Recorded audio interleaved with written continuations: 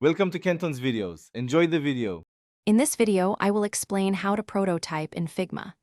Prototyping is a crucial step in the design process, allowing you to bring your static designs to life. It helps you simulate user flows and interactions, giving you a clear picture of how your product will function.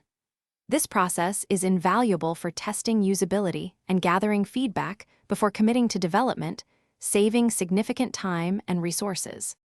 Now, let's dive into creating connections. First, navigate to the Prototype tab in the right sidebar. You can then drag a connection from any object, like a button, to its intended destination frame. Figma offers various interaction triggers, such as on-click or on-drag, allowing for diverse user actions. You can also select animation types, from a quick instant transition to a smooth smart animate effect, enhancing the user experience. Beyond basic connections, Figma offers powerful advanced prototyping features. You can implement overlays for elements like pop-up menus or modal windows, providing a rich interactive experience. Utilize scrolling frames to handle content that extends beyond a single screen, ensuring all information is accessible.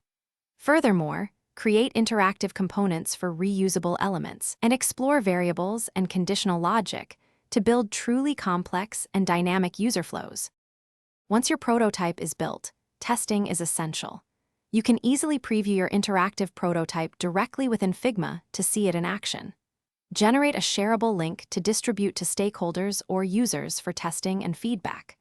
Observing how users interact with your prototype helps identify any pain points or areas for improvement. Based on these valuable insights, you can then iterate on your design, refining it for optimal usability. Thanks for watching. Consider subscribing if we helped you.